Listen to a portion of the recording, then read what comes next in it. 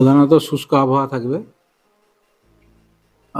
দক্ষিণবঙ্গের মুর্শিদাবাদ আর বীরভূম দু এক জায়গায় হালকা বৃষ্টিপাতের সম্ভাবনা আছে। উত্তরবঙ্গের মালদাতে দু এক জায়গায় হালকা বৃষ্টিপাতের সম্ভাবনা আছে, সঙ্গে মাঝারি কুয়াশা থাকবে।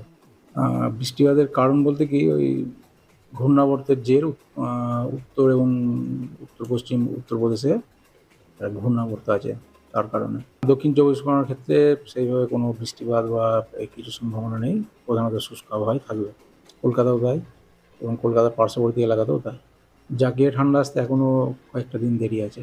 কলকাতা বা তার পার্শ্ববর্তী অঞ্চলে জাঁকিয়ে ঠান্ডা পড়তে এখনও কয়েকটা দিন লাগবে। উত্তরবঙ্গের ক্ষেত্রে আপনার দার্জিলিংয়ে আপনার এই তুষারপাতের হালকা সম্ভাবনা আছে, তার সঙ্গে বৃষ্টিপাতেরও সম্ভাবনা আছে উত্তরবঙ্গের দার্জিলিংয়ে, শুধুমাত্র দার্জিলিং জেলায়। বাকি জেলাগুলোয় প্রধানত শুষ্ক আবহাওয়াই থাকবে। শুধুমাত্র মালদাতে হালকা কোনো কোনো জায়গায় বা কোনো দু এক জায়গায় হালকা বৃষ্টিপাতের সম্ভাবনা আছে। আচ্ছা, কুয়াশা উত্তরবঙ্গের বেশ কয়েকটা জায়গাতে